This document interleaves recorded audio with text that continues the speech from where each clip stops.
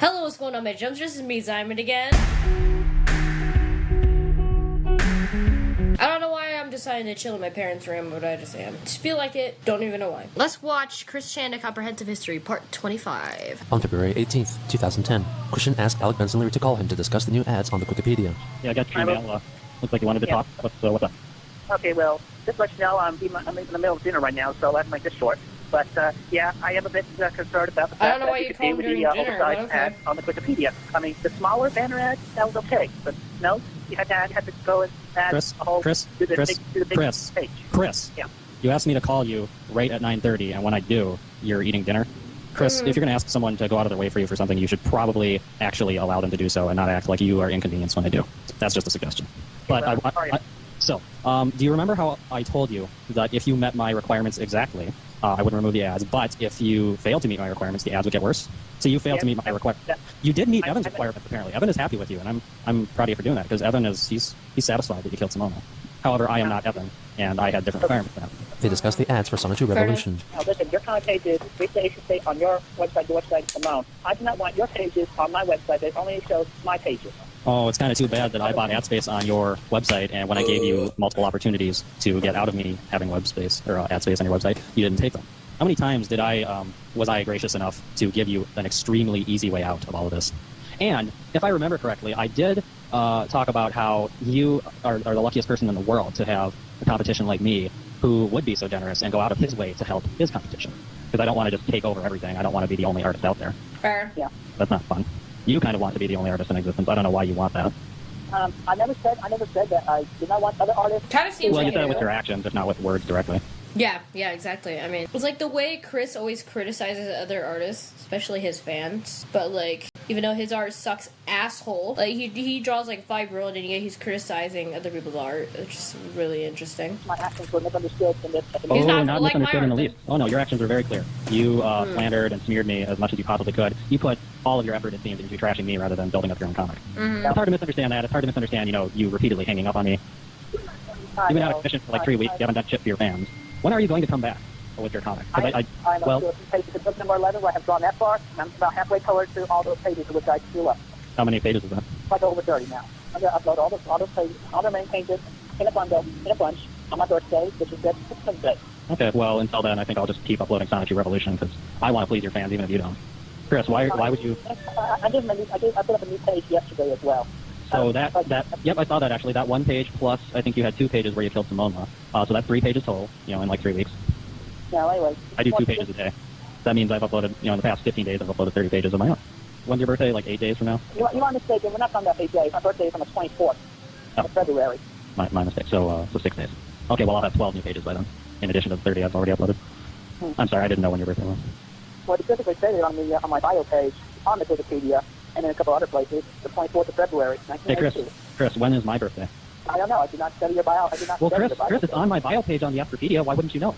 Well, I did not make if I'm supposed to know your birthday, don't know mine? Chris, I'm kind of hurt.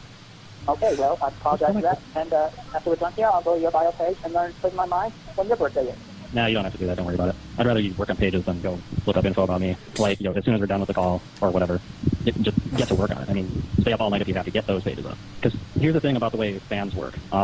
If you leave your fans in the dark for a week or 2 weeks or a month or however long, it really doesn't matter if you're partially completing some things, because if you don't put out any product, then your fans have nothing to work with. What do you think of Sonic 2 Revolution, by the way? Have you been reading it? I'm only like 7 pages in right now. I did not like the way you were killing characters left and right. That's no good. I'm sorry, no, that's kind of Don't go killing characters. That just does not work. How many comic books and TV shows and movies and, whatever other media have you seen where characters die? Do you think they're all bad? Yeah, they are bad because that's just totally sad. And plus, they do it such a gory way, it's terrifying. It's like any of the Saw movies, especially like the first trap in Saw 6. Did you like those movies? I like them. I mean, I go the... You like them, but there's death in it. How can you like a movie that has death in it, Chris? Death is bad. You said death is bad.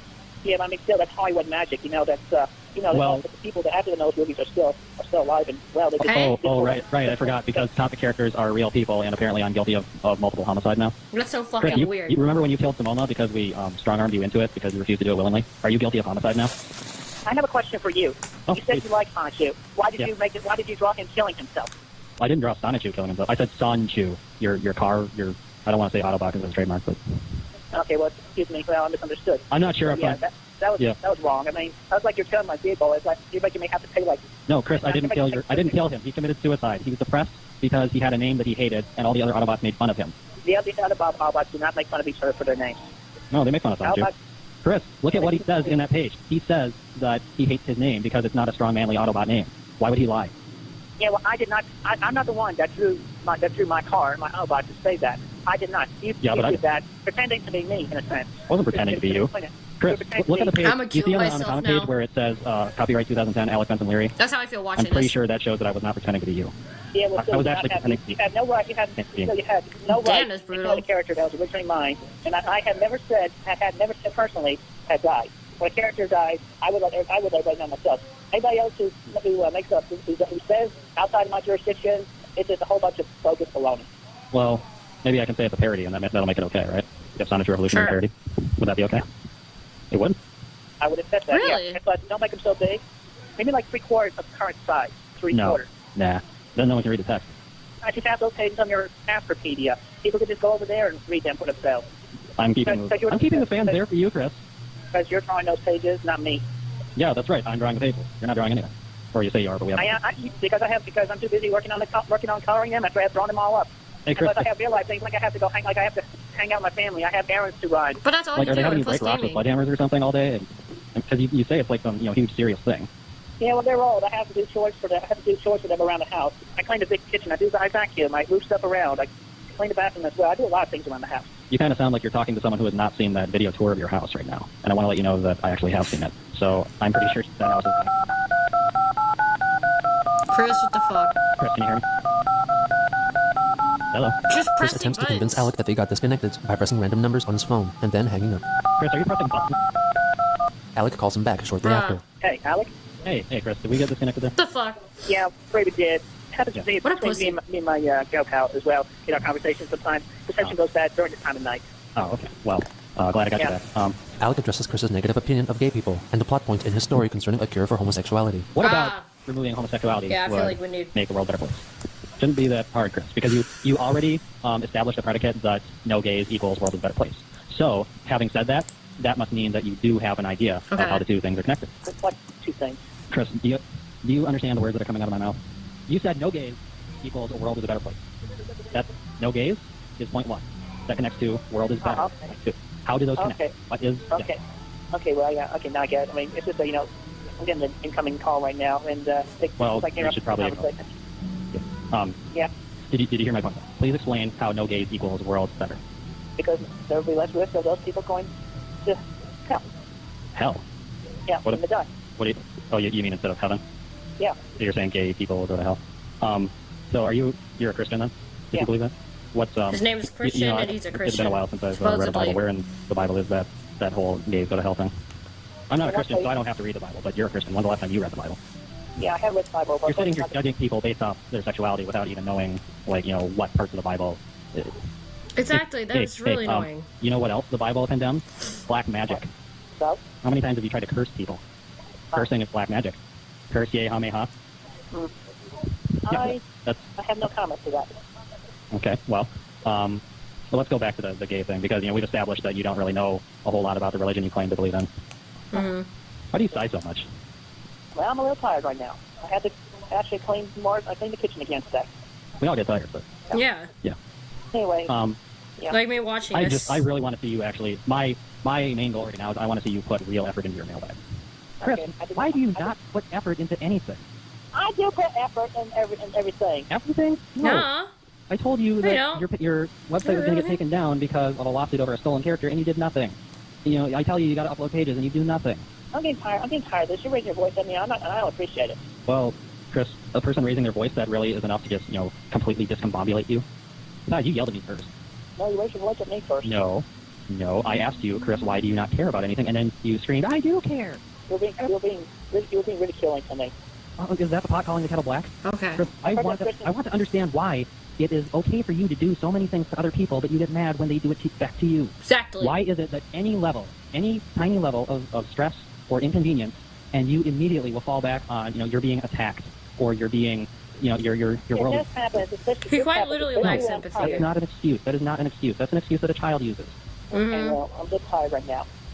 let's just and then you use that exist right there. We'll be uploading the pages, and what you got, and perhaps after your book plan is completed, you could. Now, actually, you know what? Well, you know what? If you want to, don't worry about the ad. Don't worry about the ad space at this point. I'll just leave you to that. But please yeah, stop but running away from me, Chris. What? Please stop running away from me. I'm not running away from you. I'm right here. Bro. I know you're not literally running away, but you're trying to end the conversation because I'm making you feel bad. And it's not even because I'm attacking or insulting you. I'm just presenting, a few things that are very minorly unpleasant. This is the honest truth. Well, with that, sometimes. And guess what? Bro doesn't like it. Yeah, we don't live where we care. We would not prefer.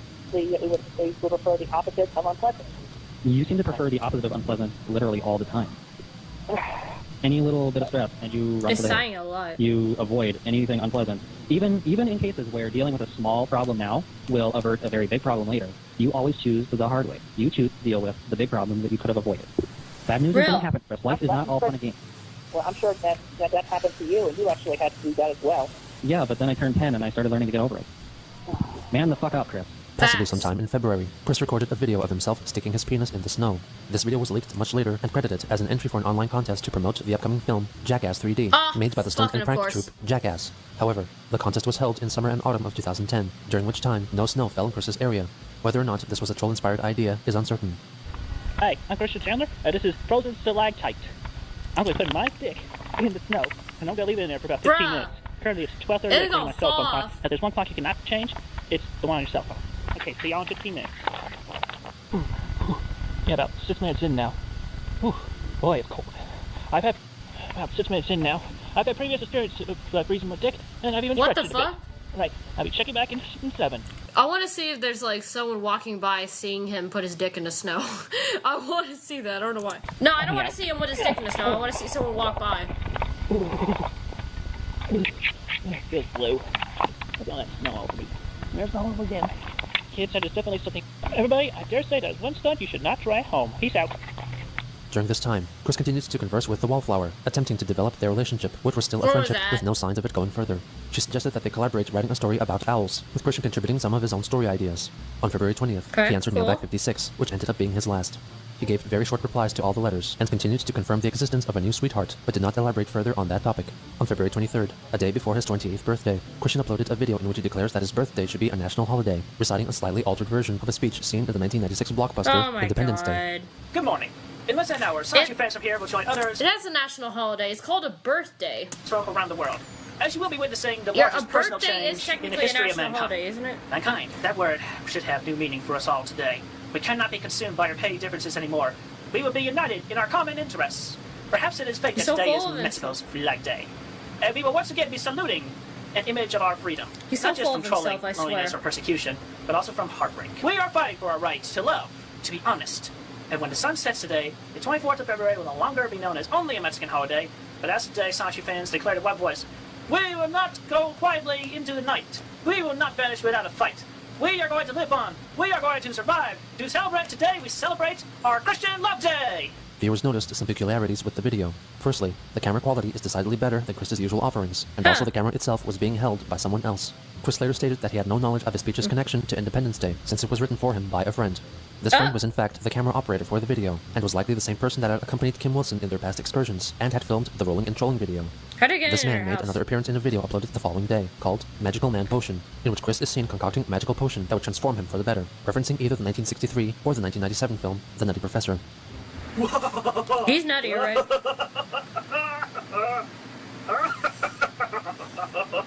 We're gonna make us a concoction today.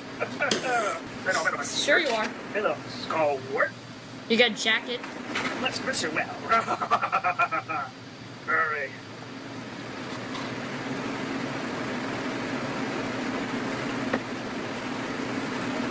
It's not bad.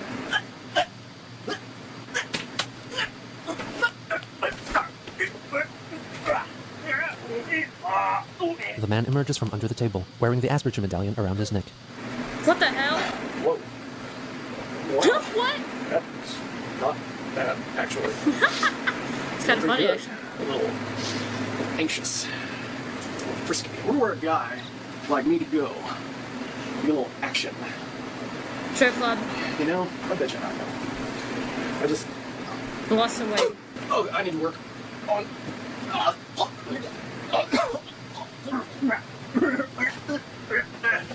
What just happened? Our needs to work on the time link. To be continued. He became the first known non-family member to enter not only the Chandler household, but also Chris's room. Due to his appearance in this video, he became known by the trolls as the Magical Man. This He also so made his presence known in the second video uploaded on Christian's birthday. In this offering, Chris attempts to explain to the Magical Man the customized quirks of his PlayStation 3 menu, while he sits listening to Chris and pointing the camera at the TV screen. South Park thing. It makes the noises when you're between it. It's circle. Oh, that's cool. Oh, wait a minute. Triangle. Yeah. That's really yellow. How do you sign into the PlayStation Network?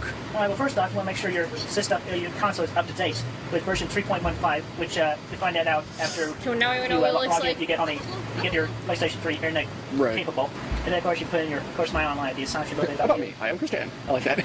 Yeah, that works.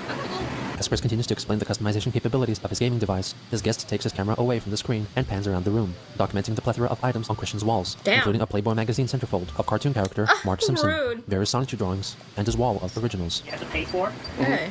He does not care. Check it out, or you can get these Babylicious things. Oh, cool. Second row in the middle, down one. Oh, it was Dita Fun. For some reason, I thought it was Betty Page for a second. It's organized alphabetically. Now see big page. Of course, you can preview these as well, even in full screen. Oh, that's cool. real. I like that one. Also on his birthday, a troll hacked into his PlayStation Network account. Oh, that's This nice. troll would soon come to be known as Surfshack Tito, assuming the identity of Tito Makani, a supporting character from the Nickelodeon cartoon series Rocket Power. Oh my god. On February 25th, Christian uploaded the final pages of Sonic 2 issue 10, completing the book. The comic, which solely consists of episode 21, Director Amenities, begins with a recap of Christian being pulled out of the time void, but in this version, there is more dialogue. He claims that during his absence, he traveled to the year 2015 and took part in medical study. While he was there, he met a hot woman named Lovely Weather, who happened to have been the wife of Chris's future self and the mother of their daughter, Crystal. She mistook the current day Chris for the future Chris, so they went back home together and had sex. Oh. According to Chris, medical studies' aim was to find a cure for homosexuality, but they needed a sample of pure, untainted, straight blood, so Chris offered them a sample of his own blood. They successfully began producing syringes filled with the cure for homosexuality, with Chris obtaining 2 of them, one of which was to be administered to Reldnak to turn him back into his straight self, Natesurk. Chris revealed that Kel, the trainer of the Raichu, who morphed into Roschu in episode 1, was Natesurk's sweetheart and was waiting for him to come home. Oh no. Christian asks Nagi-chan to transfer the vaccine crates from the future back to the present and administer them to the local medical facilities. He telepathically informs his allies to prepare and meet him at the Force Hands garbage building at 2:30 p.m. to execute a yet unknown plan. In preparation, Chris Chan Sonichu visits the Sonichu site filing facility, a physical manifestation of his website, sonichu.net, to gather necessary items, which he then teleports to his mail office. He then meets with present-day Lovely Weather and sets up their first date, setting the foreseen future in motion. He then pays a visit to the Quickfire Board of Directors, a previously unheard of government body. What follows are the preview pages first shown in October 2008, in which Chris reveals that his high school ring is the true source of all his powers, and declares his devotion to his sweetheart, Blanca, who by the time of the official release of Sonic 2 issue 10 was irrelevant to Christian and the story. Chris Chan then fights off Reldnak, who wanted Chris to join his dark, gay way of life. Before Reldnak could turn Chris gay, Chris quickly takes out the syringe with the cure for homosexuality, and stabs Reldnak through his medallion, shattering it, telling him to metaphorically drink his blood. Chris telekinetically transports Reldnak back to Kel, who laments that all this time he never wore a shirt. By 2:30 p.m., all the chaotic combo members have gathered in front of the Force Sense garbage building. What the fuck? Sonichu puts on the beanie Chris had won for his participation in the Parappa the Rapper contest. Chris takes his Guitar Hero controller out of the trunk of his car and morphs into his real-life self, editing himself into the pages. Alex Chu. What the fuck? Did he not talk to you about the goddamn gay thing? Did he try to hang up? Shirt then is depicted in the comic. He apologizes for the continuity error by stating that the correct shirt was in the laundry pile at the time the photos were taken. His car transforms into Sonchu and assembles itself into a stage to host a live performance by Christian and the Hedgehog Boys. Christian's camera failed to capture the entirety of his body, so he completed it by combining photos of his upper body and his legs. They perform a song called Revive Zordon, which is the song Cat Scratch Fever by Ted Nugent, with original lyrics by Christian. Chris overlaid the Guitar Hero colored markers of the note highway of the song onto himself. The song refers to a character from the TV series Power Rangers, and Chris calls for the original actors and characters of the Mighty Morphin Power Rangers to reunite. This musical display successfully manages to throw the structural integrity of the Force Sense garbage building into question, as it begins to rumble and crumble due to the power of rock music. The inhabitants of the top floor, Clyde Cash, Beale, Jack Thaddeus, Jason Kendrick Howell, and his slave mistress, Kathleen, discuss an escape strategy. Howell proclaims that unlike the others, he is straight, and vows to escape with Kathleen and settle down in a house in the suburbs. They enter an escape pod and fly away. Beale has a change of heart and goes to hide in the basement shelter until the troubles settle. Jack and Clyde had to decide whether to get killed by Chris or die by suicide. They decide to kill themselves by jumping down the 72-story elevator shaft, expressing remorse for slandering Christian like they did. Well, damn. Isn't that how Chris made Ivy die somehow? What the fuck? To depict a display of depravity, Christian inadvertently created a tragic but touching moment when Clyde Cash and Jack Thaddeus jumped to their deaths while holding hands. Well, damn. Meanwhile, the rock band's Raucous Rock display literally brings down the 4 Cents garbage building, taking the websites Encyclopedia Dramatica and 4chan with it, destroying every single bit of data. There were about 1,500 people in the lower 71st floors. Chris then gives a detailed breakdown of the numbers of injuries and deaths. Dude. They call for ambulances to help those affected. No way he just created a straight up 9/11 in Sonichu. Oh my god. And sheds a single tear for the destruction for which he is responsible. Magi-chan comes back from the future and informs Christian that with the help of water treatment and medical facilities, over the next 6 months, the vaccine will be dispensed into the world's drinking supplies, calculating that by February 24th, 2009, they will have successfully eradicated homosexuality. Because of this fact, February 24th will be declared Christian Love Day and will serve as a second Valentine's Day to be celebrated by people in straight love, rejoicing the extinction of all homosexuality and asexuality. Chris is then surprised by the sudden appearance of Meg Griffin from Family Guy, who heard Christian's band playing from a quarter mile away. They both reveal that they are fans of each other, and she gives him a kiss. After expressing wishes for meeting up again in the future, Megan departs, and once out of Chris's line of sight, she reveals that she was in fact Sylvana Rosechew in disguise, trolling him. Chris then all of a sudden declares remorse for offending homosexuals over the course of the previous few pages, and states that he only did it to convince others that he and the Sonichu characters— What the fuck? How are you gonna put apology like 3 pages after that? Okay, that's bullshit. Cause like, how are you gonna put your apology and you condemning homosexuality in the same fucking comic? Why did you write the condemnation of homosexuality in the comic in the first place? You could have just scrapped that. The fuck is this? Heterosexuals. He acknowledges that his fanbase seemingly decreased in numbers due to the widespread backlash, hence the reason why this apology was produced. Right after, Christian and Sonichu use the 7 Sonichu crystals to transform into Colossal Chris-chan and Ultra Sonichu respectively. Colossal flies back to the mayor's office, where he is greeted by Patty, who tells him that his sister Crystal was kept and Ultra was produced. Right after, Christian and Sonichu use the 7 Sonichu crystals to transform into Colossal Chris-chan and Ultra Sonichu respectively. Colossal flies back to the mayor's office, where he is greeted by Patty, who tells him that his sister Crystal was kept safe inside the dark mirror. Christian walks in and pulls her out, leaving her to be tended to by Patty and the secretary, Alton Amber, who called an ambulance for Crystal. Colossal Chris-chan then rendezvous with Ultra Sonichu in Minnesota, outside the home of Alec Benson Leary. They break into his house and locate his computer, which is said to be a Hexbox pavilion. Chris inserts his finger into a USB port, which allows his consciousness to travel into the inner workings of the computer and log in as an administrator. He promptly deletes all files on the Asperpedia, blocks the IP addresses of Alec, Evan, Sean, and Mao, and then deletes their accounts. He also takes a dating simulator game for the Hexbox called Don't Be Nervous Talking to Girls, and complains that it is not available on the PlayStation Network. He says that he will reformat it for PS3 and check it out later. Meanwhile, Ultra Sonichu goes into Alec's room and comments that his artwork is poor. He then spots Asperchew, accompanied by Christian's redesigned versions of Leary's redesigned versions of Sonichu and the chaotic combo in the backyard. They announce that the original Sonichu is the savior for whom they have been waiting. Alex Sonichu begs for Christian's forgiveness for being forced by Alec to follow Liquid Chris instead.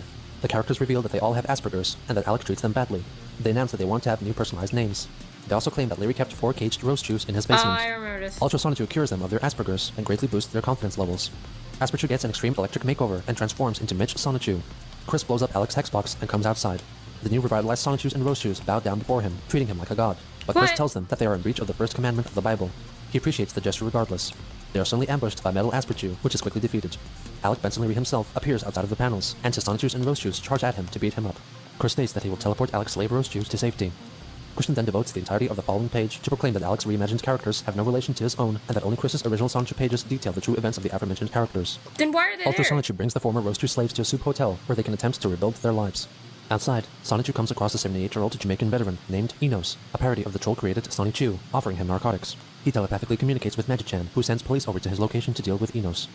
Ultra Sonichu then flies to the private villa of corrupted citizens and uses the power of the Sonichu crystals to unbrainwash all followers of Slawil Ryan and Count Graduan.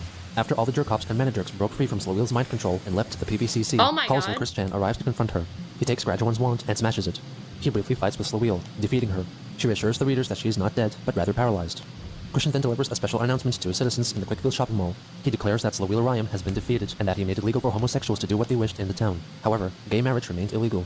He also announced that he would be less involved in future Sonichu adventures, but would remain as mayor because the town would fall apart without him. You can do whatever you want, but you cannot fucking marry each other. What? Huh? You can do anything you want except marrying. Fuckers. During his speech, Simone goes to the bathroom, leaving her partner Wild to look after their egg. Magi-chan notices that Evan was attempting to cut the chains holding the giant TV screen in the mall, but manages to stop him. He also stops a disguised Simonchu from attempting to murder his sister, Simonla. During all this commotion, Alec Benson Leary plants an explosive Pokemon called Voltorb in the ladies' restroom. When Simonla goes to the bathroom, Leary detonates the Voltorb. Simonla is gravely injured and is rushed to hospital. Despite the surgery... No. never mind. This is where he kills Simona. Okay. This is where he kills off Simona. Okay, never mind. Oops. His best efforts, Dr. Bill Schwartz, who was the one who accidentally created the Black Sonichu, informs Wilde that Simona succumbed to her internal bleeding and passed away, leaving him to raise their future child on his own. Magi-chan tells him that they caught her killer and his accomplices, with their trial taking place in a week's time. All of a sudden, the egg hatches, revealing a Rosie. Wilde names her Sandy, and when she asks for her mother, Magi-chan tells her that Evan killed her mother.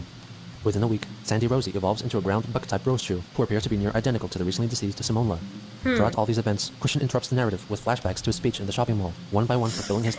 Wait, but getting rid of her, why would you give her a baby? And then give this person a design that's very similar to Seaman Shoe. Apparently that's how you say it. What the fuck? That's so stupid. I don't know, man. Obligatory apologies to Alec Benson Leary as he remembered them. The scene finally moves on to the day of the trial, which is presided over by Judge Slack Lewis, who is based on comedian Lewis Black. The opening remarks are delivered by prosecuting attorney Marvy Blaziken, who is a parody of Adult Swim's Harvey Birdman mixed with the Pokemon Blaziken. He praises Christian's creativity and states that the author's dry spells come about due to temporary losses of inspiration. He understands that patience is necessary until inspiration returns, and accuses the 4 showrunners of the Asperpedia of failing to understand this fact. Sean, who is acting as their defense attorney, delivers his statement while under the influence of drugs, and appears to be of low intelligence due to his mispronunciations and spelling errors. They plead not guilty to the charges of murder of Simona Rosechu, theft from Quickville, mockery of Christian Weston Chandler, and others. Marvy Blaziken offers the Asperpedia comics, remote control detonator, and Magi-chan's psychic link powers as evidence against them. Sean offers a rock in their defense because they rock. The jury swiftly finds the Asperpedia 4 guilty as charged, and are sentenced to be executed by those they had hurt. Alec was placed in an electric chair, which was activated by pushing 10 buttons simultaneously. Damn. Chris, Patty, Sandy, and the chaotic combo do the honors of electrocuting Alec Benson Leary until he is burned to a crisp. Damn! Next, Evan gets chained to a wall, and Wilde instructs his daughter to deal to him as much damage as she wishes, but wants to keep him alive so that they could murder him together. Sandy takes his glasses as a trophy. Then she drills holes into Evan's torso, including his groin area, and tears his limbs from his body, before finishing him off with her father to avenge her mother. Sean was also hung from the wall. Allison Amber, Bill Schwartz, and Kelly use him as target practice and excessively shoot him dead. Finally, Chris uses his mind powers to break Mao's body, twisting his limbs into grotesque positions, and as the fatal blow, explodes his heart, stating that his amends have been made. The next page is a transcript of the speech Chris delivered on video proclaiming the importance of Christian Love Day. This was followed by a dedication to Panda Halo, showcasing a collection of her artwork. He even included a full page from her own comic, which had been drawn digitally. Christian's hypocrisy, as highlighted many times by Alec, was on See, I thought he hated digital art. full display again, brutally murdering those to whom he had complained about the graphic violence of their own comics. It would seem that Alec's efforts to change his ways were for naught, as the delivered justice, as seen by Chris, would only create more conflict in his real life, and turn more people away from him. For while he was living his fantasy life as a hero, he failed to realize that in the real world, he was letting himself become the villain. Ooh. That one was very interesting. That was part 25 of the shit. Fuck. Where do I put? I'm gonna say the N-word. Mr. Chandler, get down. Naive. Chris pretended to be Barb asking to clean the cat's mess or randomly pressing buttons on the phone so the other person thinks. He got disconnected. Shows how Chris thinks in cartoon logic. Fucking insane how some guy just waltzed in Chris's room, did some videos, and dipped without anyone having any idea who the fuck he was. To think absolutely none of this would have happened if his teacher in the beginning hadn't forced him to create his own original character instead of just using Sonic. Alec was probably one of the most stressful trolls for Chris because he was the one troll that forced Chris to think. Facts. What about Chris was so annoyed by Alec getting his birthday wrong that he forgot the whole discussion that they were having. That first conversation with Alec is such a perfect show of how out of touch Chris is with the rest of the world. Mandy say he's not playing with a full deck, but it's beyond that. It's like everyone else is playing poker and Chris throws down a couple Uno cards. Watching the series instead of studying, it feels like Alec is yelling at me to get off my ass and start working. Chris, comics are real and murder's bad. Also, Chris brutally executes 4 people. Like, what the fuck, man? Time for my weekly dose of what made him this way. What is my attraction to this? What keeps me fascinated? Imagine looking out the window and seeing Chris lying face down in the snow with his pants around his knees. Never occurred to me how insanely slow Chris's comic actually was. Dude had nothing going on in his life outside of the internet, yet he's not even 11 issues in at this point, and he's been working on it for 10 years. Jesus Christ. Chris, I don't like when people are murdered in gory ways. Also, Chris makes comics about killing his trolls in gory ways. Chris, homosexuality is a sin, and so gay people go to hell. Well, black magic is also a sin. Cursing people is a form of black magic, so that means you'll go to hell for using Cursey Hamiha. Chris, surprise Pikachu face, like... Homosexuality was cured in 2015. Gay marriage was ironically made legal in 2015. Alec and Chris talking sounds like an angsty fanfiction. Stop running away from me. I'm not running away. Christian sheds a single tear for the destruction for which he's responsible. Love the way you summarize Chris's comics, or all of his life choices. I love how Alec trolls Chris by acting like a normal, rational human being to Chris. I love how Chris complains he's tired and doesn't want to talk to Alec, but he still answers the phone and talks to him every time. The Sonic comic is so fucking hard to follow. There are so many characters and they all look like Sonic. Plus, each storyline starts starts and ends on the same page. I can't believe Gino actually was able to decipher it. Alec really pulled the absolute worst parts of Chris to the surface, like, Jesus Christ, the childishness of this dude. Chris is surprised by the sudden appearance of Med Griffin from Family Guy. Felt like a sucker punch to the stomach. The email exchange between Chris Chan and Wallflower is so irritating. She tries to come up with some ideas for a story they could both work on, and Chris's big idea is for the Owl character to turn human once a month so he can have sex with his wife. Goddamn, it's a small thing, but it shows where Chris Chan's head and ideas are. Jesus Christ. I feel that Alec was genuinely critiquing Chris on his character flaws instead of flat out tormenting him. In his own way, hits a lot harder than the trolls of the previous arcs in his life. Yep. Damn it, Gino. I was just about to message a boyfriend-free girl. Now I'll be forced to get back onto my Chris quest. Alright, next one. Part 26. This will be fun. On February 25th, 2010, Alec Benson Leary called Christian one last time to mostly discuss the bloody conclusion of Sonichu Issue 10. Hey, happy birthday. Okay, well, I was not expecting you. Yeah. So, thank you. Yeah. How was your birthday today? My birthday was yesterday, and it was good. Oh, it was yesterday? With my family. Yeah. Oh, well, yeah, I saw the pages you got uploaded today. What's up with that trial, Chris? I didn't expect that at all. Yeah, well, you drew me in a setup of being Baird false witness from your parody of my science shoe, and in comparison of the other Chris being the real one and not me, which I was the real deal. And then you set me on fire. And then recently, you portrayed me getting my head chopped up in a saw blade with gore and detail. Chris, you didn't read that last page. Did you read the page? Because what happened there was that was a picture of the real you in the comic, and I said, like your head got chopped off, but then you came right back and said, no, okay, we were just faking. Your head didn't actually get chopped off. Yeah. Could have made that more obvious. Well, if you read the text, it would have been obvious. It seemed kind of weird that your comic has suddenly taken a very gory turn. I mean, it's just one time. But you said violence is wrong, though. That's weird. One time. Yeah, well, you did violence on me. I was just returning the favor. Oh, revenge is okay, then? I'm kind of curious, why is this trial taking place? Like, why are we on trial? Okay, let me see. The copycat of practically nearly everything from my book, set me on fire, chopping my head off, false witness, and, how about wanting to kill Simona Rose, too? Do you remember all the times that we talked about Simona where I explained to you that I wanted you to kill her because she's not your character and Evan wanted her gone from your comic? Yeah. Chris, you swore up and down to me that you understood the point I was trying to get across to you and that you understood what I meant. Yeah, I did understand that. No, God, Chris, I cannot believe you did this, Chris. You promised, you understood, you comply, you believed what I was saying, but then this trial comes along, and what you're telling me right now is apparently my words went in one ear and out the other with you. I know, and that you wasn't think even necessary. Like the whole trial thing and them getting executed brutally was not fucking necessary. Damn. Something wrong to you. You think that you have done nothing wrong? Do you seriously believe that we are, antagonists and you are just a saint here? They move on to the issue regarding Simona's death. At least I was by your request. And handwrote all the apologies and everything, and killed Simona. Oh no, you said that me and Mao and Sean and Evan killed Simona. That's what your comic says. Apparently you didn't fulfill that part of the requirement either.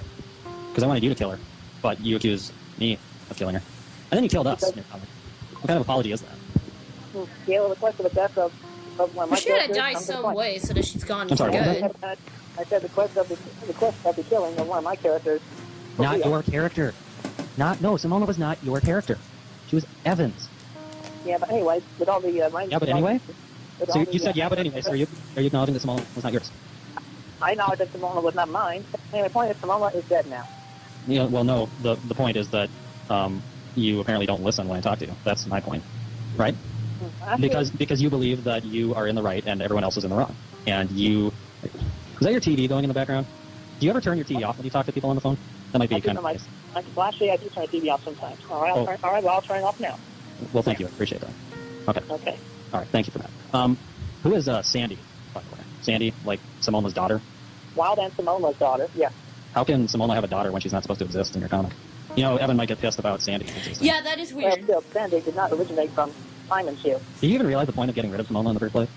It was because, Evan was mad about Simona because Simona was just a ripoff of Simon Shoe. And it looks like Sandy is a ripoff of Simona, which by corollary makes her a ripoff of Simon Shoe as well. Pretty much. I mean, she looks a lot like Simon Shoe. I disagree with that. You can disagree all you want. Doesn't make it true. Okay, well, actually, still, Sandy does have an origin. That's definitely not one that Simona was from.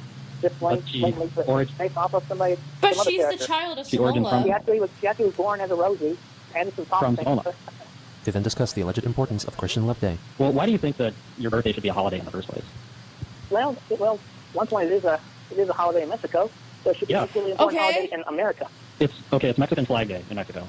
So your birthday is more important than 110 million Mexicans. Right. I understood that. And I understood that everybody should celebrate my birthday on that day. Chris, your first response when I asked you, like 90 seconds ago, I asked you, why should your birthday be a holiday? And you said, well, it's a holiday in Mexico, therefore it should be of equal importance in America. Yeah, that's kind of exactly stupid. what you said. Yeah. And that's what you're thinking. You think that Mexican Flag Day is just not even good enough, right? Well, it can be better. It can be better. It's a day for 110 million Mexicans to celebrate the freedom of their country. And that celebration could be accepted in America. Well, why? Why would Americans celebrate Mexico's history? Yeah. Americans have the 4th of July. That's when we celebrate our history. We have Flag Day too, like June 16th, I think. But still, I mean, we have the Mexicans in America. Well, then why wasn't your video about Mexican Flag Day instead of this made-up Christian Love Day? One idea behind Christian Love Day is like the possibility of a second Valentine's Day. It's like 10 days after the real Valentine's Day. Why would we need another Valentine's so soon? It's like we need more reminders to love and care about each other. Valentine's Day is a Hallmark holiday sponsored by corporations to sell shitty gift cards and disgusting fake sugar candy. It's not about love. It's just a stupid corporate holiday. Yeah. If you really want to celebrate love, you can do it at any time. You don't need a holiday. Just to help us remind us to do so on a more constant basis. Definitely gives Hallmark profits. Because you're right. Chris, just admit that you just want, you really think you're so important, that you're so saintly and perfect that you think your birthday should be a holiday. Admit it. It's about your ego. I partially agree with you on that, but it's actually a lot more than just quote-unquote ego. Bro. What more could it be? Then what I'm not sure right now because I cannot come up with the right answer, with the appropriate answer for that. So you shouldn't really be trying to do anything until after you've come up with a logical reason to do it. Yeah, Countless times I've asked you why you do things and you fall back on, I'm not sure, it felt right. Or you use your emotions as an excuse, like when you brutally murdered, me and Evan and Mal and Sean in your sham mock trial. Because you were still angry about the ads. It kind of sounds like if I had drawn you as a perfect, super strong, master of the universe like you draw yourself in your comic, then you would have been fine with it, because I would have been kissing your ass in that case. That would be considerably agreeable idea between us, yeah. So you prefer that people just kiss your ass all the time? It makes you feel better. It makes you feel encouraged. Makes you feel better? Really? Chris, you're an adult. You really want people to kiss your ass all the time? Well, yeah, not all the time. Why don't you learn to deal with it? I don't like constant abuse and torment and slanders and cursing. Oh, but it's not kissing your ass. Torment and slander and cursing. Hey, Chris. Okay, you don't like slander? Oh, what about all the lies you told about me? What about? Okay, remember a while ago you made a video trying to hypnotize people into hating Asperchu? Like you spoke in backwards Spanish or something? Remember when you cursed me with the death threats? And I apologize for that. No, you're not getting away with that bullshit excuse this time, Chris. Okay? You can't just do horrible things and then offer a fake apology afterwards. That's not okay. That's not what apology is. Exactly. They once again discussed the validity of the existence of Sonic Shoe. You don't think imitation is ever a good thing? Not 100%. I'm like that 50%. Sonic Shoe is an imitation of Sonic. And you must agree that Sonic Shoe is a good thing. Yeah, because it was originally meant in a positive light. But then I get all the inputs from the trolls and all that on the internet, and then that just plain ticks me off. Okay, if the guy who created Sonic, I don't know what his name is, but if he came along and discovered your Sonic 2 comic, he would probably see that at least half of it is just you attacking trolls. I mean, the comic's not even really about Sonic 2, it's about you. And it's about your war against trolls. Well, that's to be undone because I have after I finish book number 10, I will be making less appearances in the books, and now will be more about Sonic. Are you going to do that reboot that we talked about? There will be a form of a reboot, yes. Why did you do these pages then if you're going to do a reboot? I mean, if I'm going to be making less appearances in the comics, I figured I may as well let myself go out with a bang. No, Chris, I explained to you, a reboot is a complete reset. What happens in the reboot will have nothing to do with the comics you've made thus far. And you said you had like 30 pages. You only uploaded like 16. That was the amount I had to complete book number 10, and the book is completed. You said you had like 30 pages. People who miss deadlines don't get paid. Well, I had computer trouble. Of course, I had to go out with my family to a restaurant to celebrate my birthday. Sonic Shoe's your job, Chris. That's another thing. If put them in the perspective of like, he's my job, it just makes me feel. Well, you intend to make him your huge money-making franchise, right? So yes, he is your job. Yeah. Yeah. Yeah. Exactly. And you don't take your job seriously. Well, you see, with that definition, in the mentality of an artist, when the thing was originally and you even called it your job when you talked to Clyde that one time. And it just cheapened it. Well, then I could say it cheapened it when you started saying you intended to, publish it and make money off of it. So what you're telling me now is you have no intention of ever making money off Sonic Shoe. No, I would like to make money off of Sonic Shoe. Well, okay, you're cheapening it then. It's not a work of art anymore. Because I had too many inputs from bad people like the trolls. Why do you keep responding to trolls then? And another thing, you have a really broad definition of trolls, it seems, because you think that people that ask you questions you don't like in your mailbag are trolls. You think homosexual people are trolls just for existing because you want to cure gays. You think I'm a troll? I've been trying to help you. Hey, sighing. Well, I'm sorry. Sometimes as things have been trying to elaborate, I get misunderstood often, and it just really makes me feel like, I don't know, I feel like I'm being misunderstood. The call abruptly ends, possibly due to Chris hanging up mid-sentence.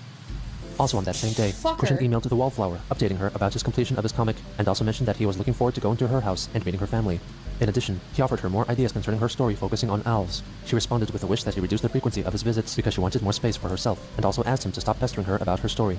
Christian replied stating that he understood and respected her wishes, and offered to reduce his visits to once per week until she felt she was ready for more. Okay. Nevertheless, he hinted at story ideas concerning the inclusion of his Sonichu characters into her story. Oh my the Wallflower God. welcomed him though, thinking that his ideas may give her inspiration. She also updated him on the concert by Irish group Celtic Thunder that she had attended, saying she enjoyed it greatly. Chris later mentioned in an email to Vivian G that he was considering getting a haircut and restyling his hair to look like a certain member of Celtic Thunder. On March 1st, 2010, Bob was hospitalized for congestive heart failure. No! On that same day, Christian noticed that the ad space on Wikipedia was relinquished back to the ownership of Jack Thaddeus.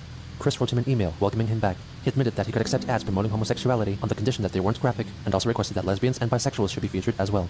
Oh, the following day, progression. Christian made a captain's log, once again apologizing to Alec Benson Leary.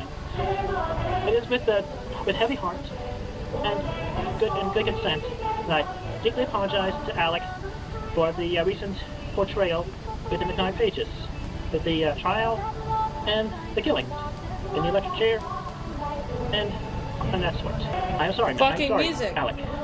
Anyway, the trial and execution will be replaced with pages that are more accurate to the stories of the science of Sancho of that genre.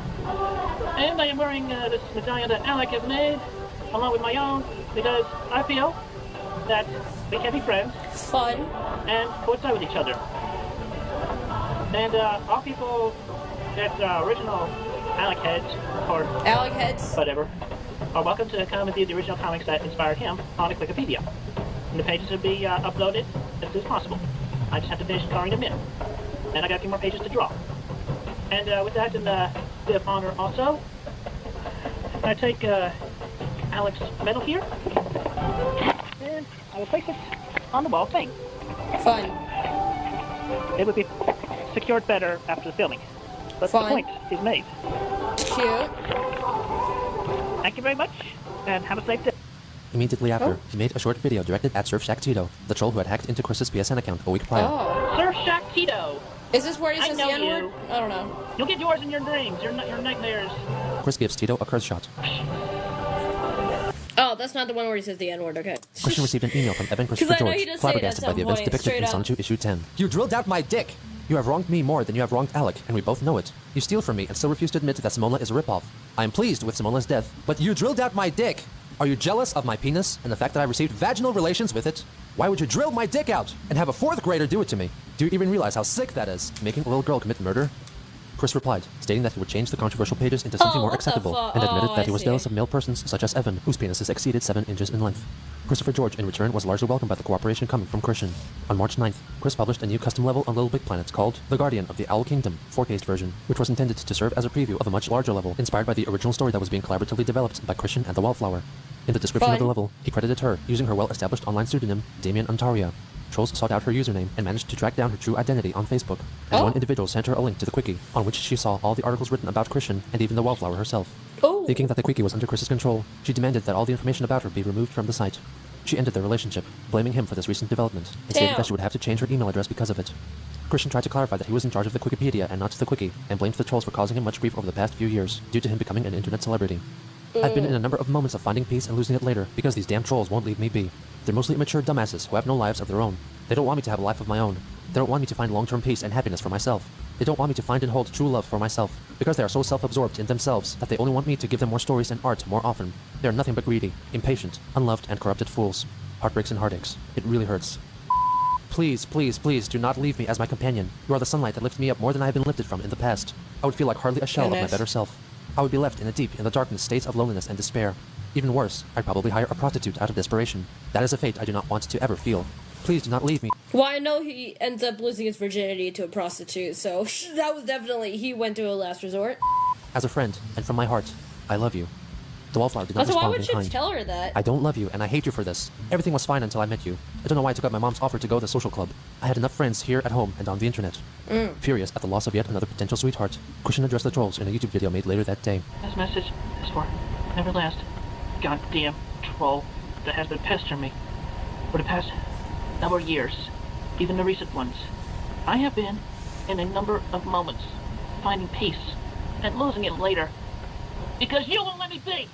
You are a bunch of damn immature dumbasses who have no lives of your own. Facts. You don't want me to have a little life of my own. You don't want me to find long-lasting peace and happiness for myself. You don't want me to find and hold true love for myself because you are so self-absorbed in yourselves. They are, you don't want, to be fair. You only want me to give you more god dang stories and art than I could give because of my inspiration comes in and out. It mostly comes in when I'm happy and at peace.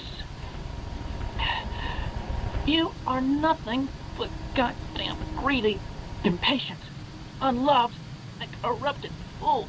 Heartbreaks and heartaches, they really hurt. I've let you all done so much whatever you want emotionally to me. But it is goddamn another story when you try to hurt my friends and get them involved like you've been doing. Oh, In the early hours of the following again. morning, Chris wrote a lengthy blog entry on the Wikipedia, rehashing the talking points of his earlier video and demanding that his friends and family be left alone. As an addendum, he reflected that he never truly saw Sonichu as a way of making money, and that the recent pushes for him to commercialize and advertise Sonichu in the hopes of turning a profit have made him feel like it was a job, putting him under a lot of pressure. He further demanded that the webmaster of the Quickie remove all mentions of any prospective sweethearts and gal pals from the website, giving them a deadline of midnight, March 12, 2010. Later again, he uploaded another video in which he demonstrates theoretically what he would do if he were to meet Clyde Cash in person, convinced that he was the one responsible for ending his relationship with the Wallflower. You think I'm weak? You think I'm not tough? This is what happens when I'm intercepted. This is what will happen when I'm intercepted. I think I've seen this one before. Hi, hello. Yeah. Hello? What's the matter? You don't know me? No, should I? It's me, Clyde Cash. Oh. What the hell do you want, you son of a bitch? Oh, I just came by to tell you how much of a son of a bitch, lazy, yes, bigoted, foot treacherous rat you are. Yes, bigoted, foot treacherous rat you are. Oh, and how about that time I met your sweet Australian panda bear? You son of a bitch! Whoa!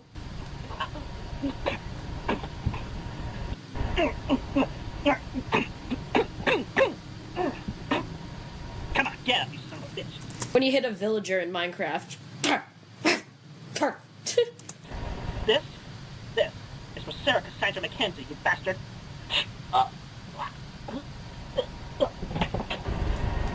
Watch your back, trolls. This latest threat convinced the original troll behind the Clyde Cash persona to send Chris an email, informing him that he lied about Sarah Cassandra McKenzie's death, and revealed that they were living together as a family, with their baby daughter, Penny. Chris then stated that he was still in possession of the PlayStation Network account that he had made for Sarah, and was keen on relinquishing it over to her.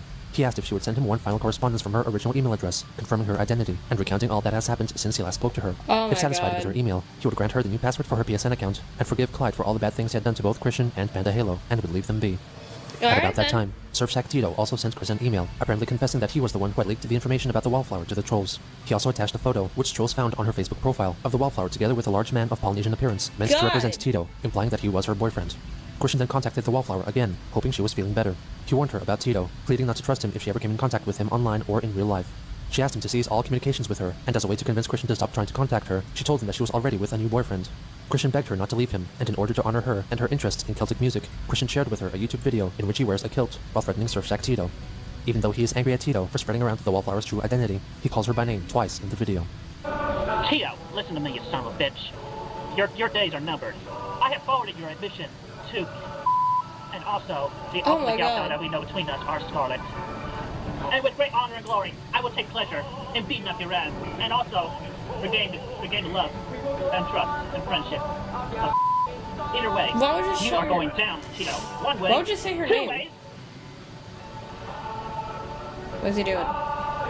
It's fucking music. Or three. Off me, laddie. You're not gonna get the lassie today. I kick your ass, Missy Lady, and my ring man. Later that day, he made another blog post, noting that the Quickie page concerning his recently lost sweetheart-to-be had been altered to protect her identity. Her personal contact information and details about her life outside of her interactions with Chris were removed, and all mentions of her name were changed to the Wallflower, inspired by an earlier quote from Christian regarding their relationship. This was done as a result of direct contact between the Wallflower and the sysop of the Quickie, Cogsdev, who agreed to come to this arrangement. Christian believed that the changes were made because of the threatening nature of his blog posts and videos, so he also requested that all the men and women in his life who were also featured in the Quickie be given the same treatment, giving the webmaster until the end of the month to enact the necessary changes. He notably requested that Vivian G's designation as a troll be changed to that of Galpal. Why? He then made another video, pleading for the Wallflower to stay with him, referring to her by her pen name, which was what led trolls into finding out her real name. This message goes out to Damien Anteria, her pen name, not revealing her real name. What the fuck? You know something? You don't need that new boyfriend because I need you. We were very compatible. We had so much in common. He's so weird. I'm I don't sorry. see why you What have to the go and do fuck? that. I mean, you weren't even ready for a boyfriend. You told me so yourself multiple times. Expected that for a little while. But you know what? This was Maybe with you specifically. I have put together before. He sings a modified version of Avril Lavigne's Girlfriend for the Wallflower, using the music video he had previously made as a backing track. He's an imposter. He's a poser. What the hell were you thinking with that damn pickle suit? Come on, Damien Anteria, give me a break. You know what? I don't want to be back in a situation where I'm that desperate I got go as far as to pay $100 for a damn hooker. Give me a break. I'm a 28-year-old high-functioning autistic virgin. I'm in a hell of my own. Come on, please. Please. I've been so very worried about you. I've had heartaches since last Wednesday. I've had sleepless nights. It really hurts. Heartaches hurt. Think about that. March 17th marked 10 years since the creation of Sonichu. Christian commemorated the date with a special video. Hey ho everyone, it's Sonichu Day and I'm wishing you all a happy one. You know, 10th anniversary of Sonichu since its creation. 10 years ago today. Unbelievable. I would have made a big update like I said, but I've been preoccupied with the emotional traumas I've been dealing with the past week. I'd like to keep that separate from this video at this moment because I don't want to spoil it. But I'm still working on the pages, and you know, as soon as possible, I'll have them uploaded and I'll make an update on Wikipedia soon now. I mean, yeah, give me respect. I am an artist, and inspiration does not stay constant like that. And plus, I have been having to deal with those emotional issues and such. But everybody, happy Sonichu Day, happy St. Patrick's Day. It's all good there. So thank you for your support, and you can look forward to more comic pages in the future. All right, bye bye. Also on that day, Panda Halo contacted Chris via email. Oh? After Clyde came over and raped me, it turns out that I had a sex addiction. Oh, For the what? next few weeks, he satisfied my lusty cravings, but then I remembered you.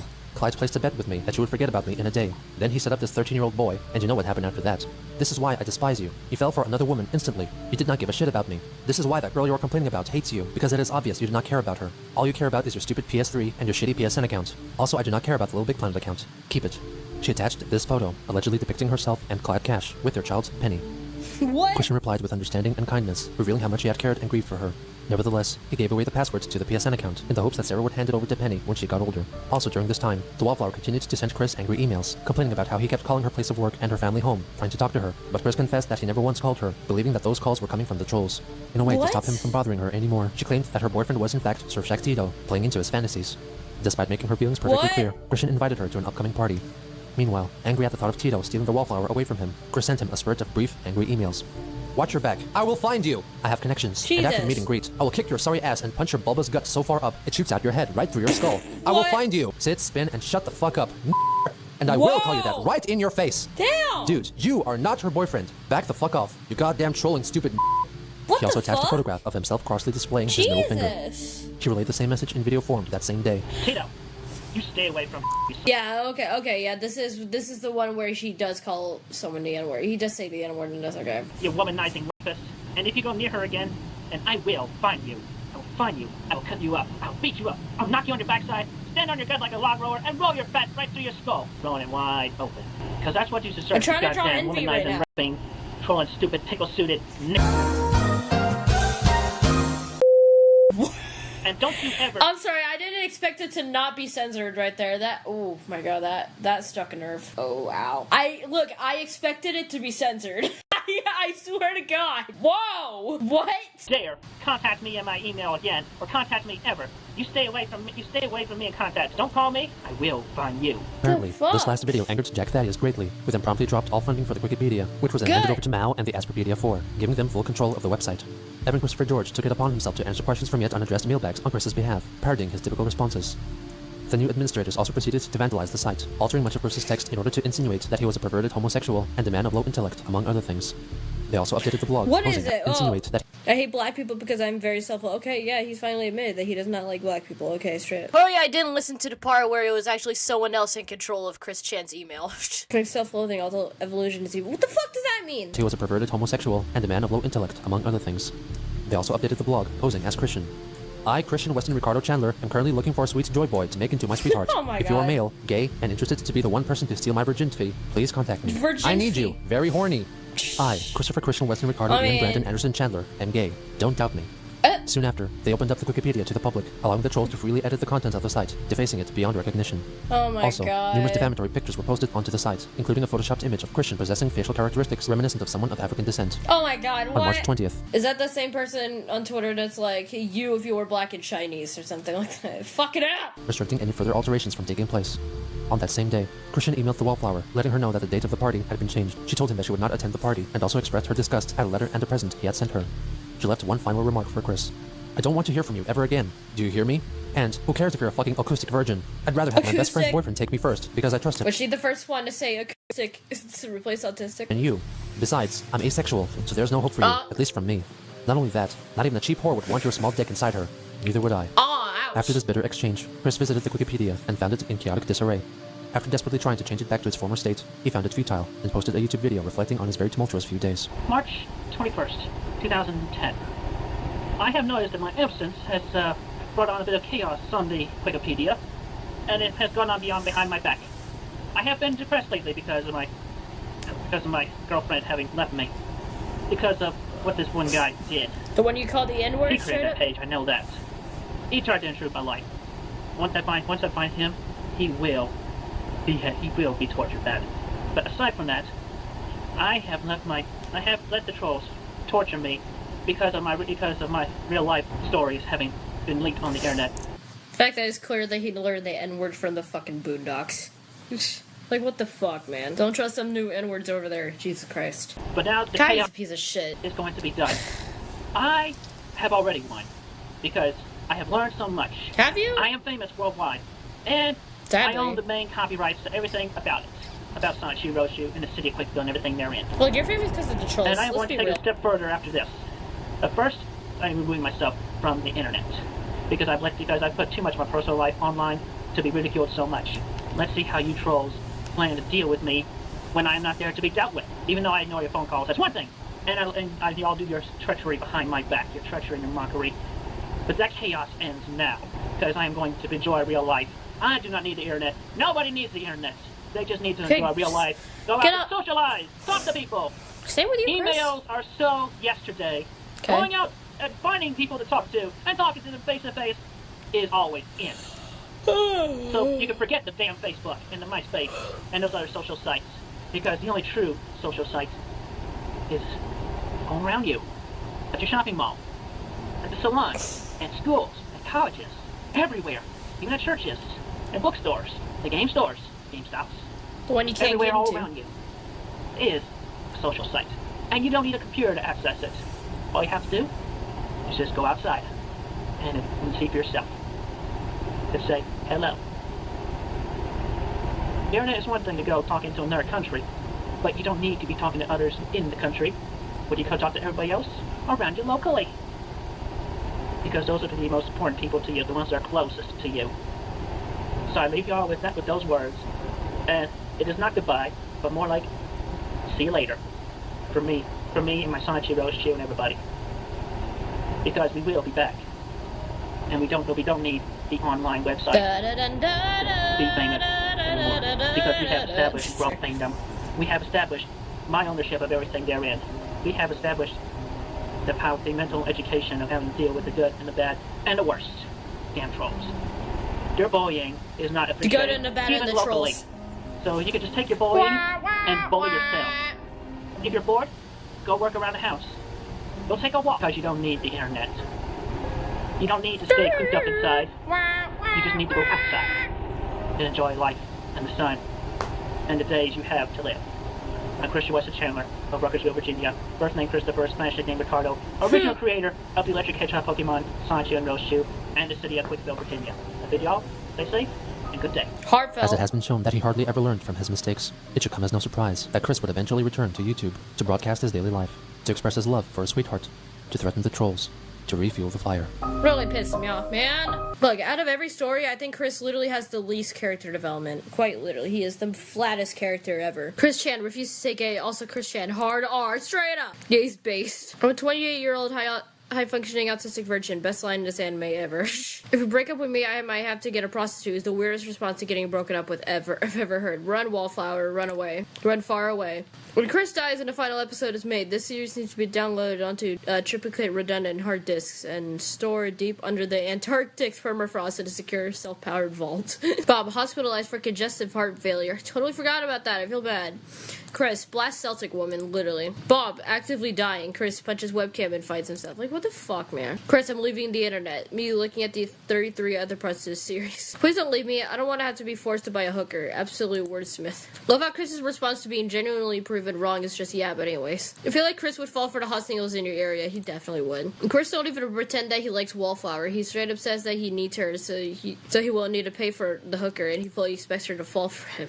God. You don't need that new boyfriend because I need you. This brother's starving. Chris, calls troll self-absorbed. Also Chris, invented a holiday name after himself. It's so stupid. The Wallflower playing into Chris's delusions and claiming her new boyfriend was Tito was by far the smartest way she could have dealt with him, literally. Chris saying racial slurs doesn't feel right since he doesn't even feel comfortable saying the word penis. I mean, anyone saying racial slurs like that doesn't feel right. Chris, it's actually more than just ego. Chris, literally 1 minute later. I don't want people to kiss my ass all the time, but it would make me feel encouraged. Like, what the fuck? People said Megan was weird for yelling at Chris for getting into things she was a fan of. But it really shows how far he gets into them. Wallflower liked the band, so he talked about getting his haircut like one of the members and starts playing their music in his videos. He doesn't share interests, he obsesses over them because he thinks it'll help him get with the girl they belong to. It's so stupid. The way he constantly refers to the Wallflower as his girlfriend, despite the fact she said no repeatedly, is genuinely terrifying. Reminds me of my ex. He literally didn't care for Wallflower as a person. He only saw her as a chance to get rid of his virginity. It's okay, Blatchu gave Chris the N-word pass. Is Chris Chan seriously the first person to essentially say go touch grass on the internet? Really just ironic because he's on the internet the most and he's the most documented on the internet, so fuck. Instead of grass, he touched his mom, so. Chris saying that he's in a hell of his own is the single most profound self-aware statement he's ever made. The fact that Chris Chan watches you sort of freaks me out. Oh yeah, you're right. That was a lot. Shit. Alright, the last one today. Part 27. On March 22nd, 2010, Chris uploaded a video onto YouTube concerning his dissatisfaction with a recent voice actor change in the cartoon series The Cleveland Show. What the fuck? This was posted around 36 hours after his proclamation to leave the internet. Anyway, oh my god. Still suffering lingering heartaches from what happened recently. Okay, why does he clearly have a disdain for black people when he watches The Cleveland Show? And also, another thought, I just feel like It's very interesting, the Cleveland Show, I like Nia Long a lot better as the voice of Roberta Tubbs. I don't give a damn about this. Oh, the wife, I think? Reagan Gomez, what's her name? Her voice just does not fit the character as Nia Long did. Seth and Mike Henry would do themselves a big favor by putting Nia Long back as the voice of Roberta. Anyway, it's just a thought for today, so they go with that. On March 25th, Chris wrote a complaint directed at Sony, displeased with the recent optional downloadable Sonic the Hedgehog costume pack for customizing the appearance of Little Big Planet characters. He voiced his annoyance at not being able to make his own Sonichu and Rosechu costumes with the options with which he was provided. By this time, the sysop of the Wikipedia had regained control of the website, which was still in a state of disarray in the wake of the Asperpedia 4's spree of vandalism. Chris regained access to the site as well, and posted some comments condemning advertisements for a so-called now-approved Sonichu Issue 0, and began to occasionally go back to the site to revert some vandalized pages. On March 28th, frustrated with his virginity, and began to occasionally go back to the site to revert some vandalized pages. Fan art. It's not as good as Chris, but you get the idea. I like it because it makes Sonichu look like a pedophore. Like, really? What? Frustrated with his virginity. Excuse me? Chris made a video denouncing the concepts of abstinence. Just a thought that I'd like to share with everybody. Abstinence, if you're just learning about it, abstinence is nothing but crap. It is a whole fucking bunch of baloney. Says the person who has no choice but to abstain. Abstaining not by choice. Shout right to the choir. Yeah, the whole choir is crazy. And what you get, end up being an adult virgin, or even worse, a senior citizen virgin, and that is like a hell to most anybody. I'm surprised you didn't end up becoming that. Provoke you to say, fuck abstinence! Updates are to come on Wikipedia soon. And do not buy any... I gotta throw shit away. One could argue that, like a health class that only promotes abstinence and not, like, anything, like, protection and stuff, I think that's full of shit. Because, like, not everyone's gonna be able to abstain that easily. Quote-unquote books anywhere on the internet, because I have not approved of any such books. And I'm not getting and I'm not seeing a penny out of that. So if there's anything that I'm not seeing a penny out of, in books or DVDs, yeah, chat packs, that sort of small thing, yeah, that's fine. That's okay. I'll approve that. Alright. Anyway, everybody else, have a good day. As the month of March concluded, the webmaster of the Quickie still had not removed any information regarding the people in Christian's real life, as had been requested. On April 1st and 2nd, Chris retaliated by vandalizing some sections of the website, writing comments delegitimizing the site, and correcting any misconceptions that visitors of the site may have of him. His changes were quickly reverted after being archived. Around April 4th, Chris made a new account on the online dating website OkCupid under the username Chris C. Sonichu. The earliest known version of his profile was very similar to his previous efforts at dating sites, though notably, he changed the minimum age for a sweetheart from 18 to 21. He wrote his self-summary both in English and in Spanish to the best of his abilities. Perhaps in an effort to appear more mature, he omitted any mention of his virginity and presented himself wearing a cap, sleeveless shirt, and denim vest, a drastically different outfit from his usual striped, colorful attire.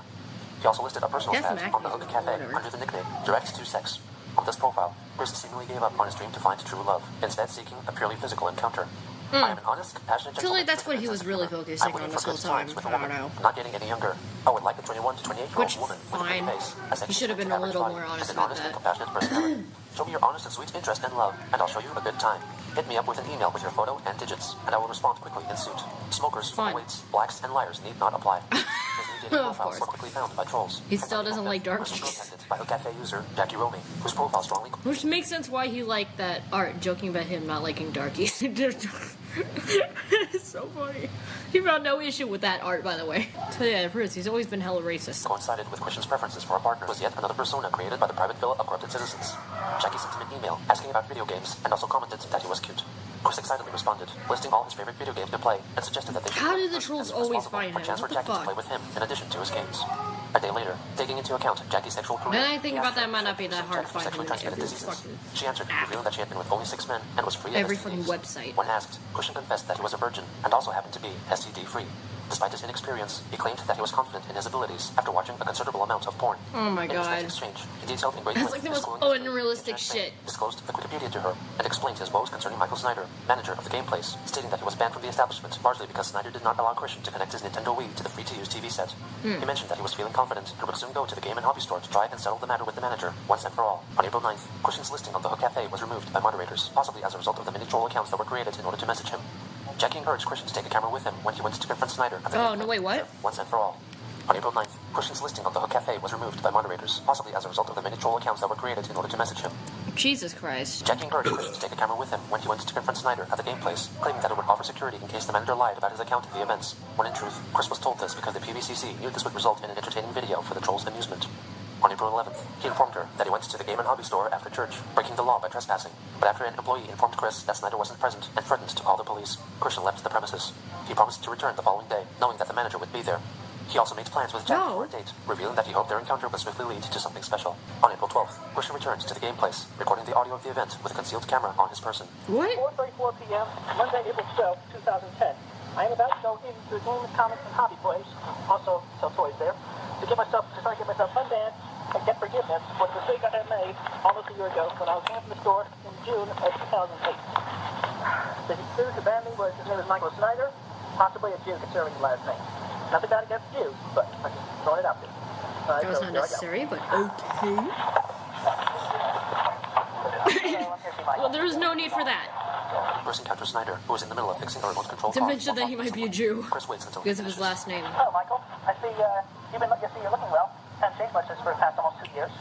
And yeah, it has been almost 2 years since what happened June 2008. What happened? Oh, look that shit up.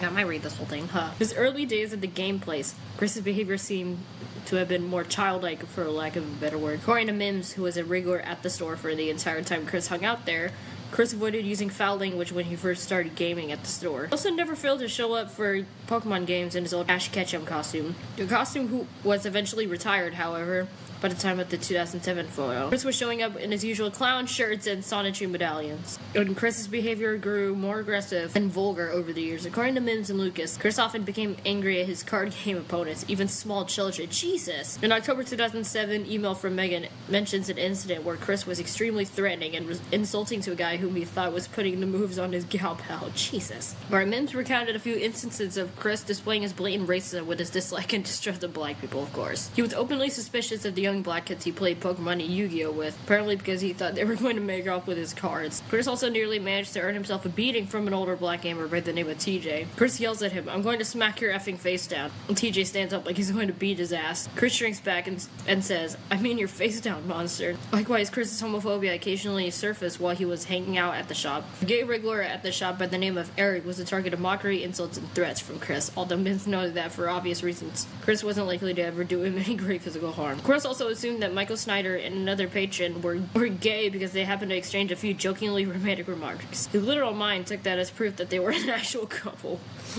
Very interesting. I came back, opened that door, the guy behind us, and come on. No. I mean, it has been almost 2 years, and this has been on my mind for so long. You have to deal. No. Can we just forget? Nope. Come on, have this weight on my back. And I have really been coming here. I'm a bad person. Come on, dude. How can you be so heartless? I mean, you're obviously not as mean as one of those trolls I've been dealing with. I mean, come on. I mean, obviously you had something against me. It's not that we exist. I just would like to know what. Come on, give me a break. I'm fine, I'll leave. But I hope that God will forgive you for being so heartless and cruel, Michael Snyder. Jew. And he just shouts Jew at him. Okay, yeah, that's not gonna get you back. Okay. But they arrived after Christian had departed. Later that day, Christian uploaded the video on YouTube. Said he had nothing against Jews, but then he just screamed Jew at him. Snyder himself left two comments on the aforementioned video, stating that the officers told him that he had no recourse for pressing charges against Chris's trespassing and inciting mass harassment. Facts. His followers in the video. This happened on my recent visit to the game and hobby place. My camera was hidden in my vest pocket. I encourage all to go there in person, find Michael and pester/troll the hell out of him. Jesus. No need to bully him for doing his damn job.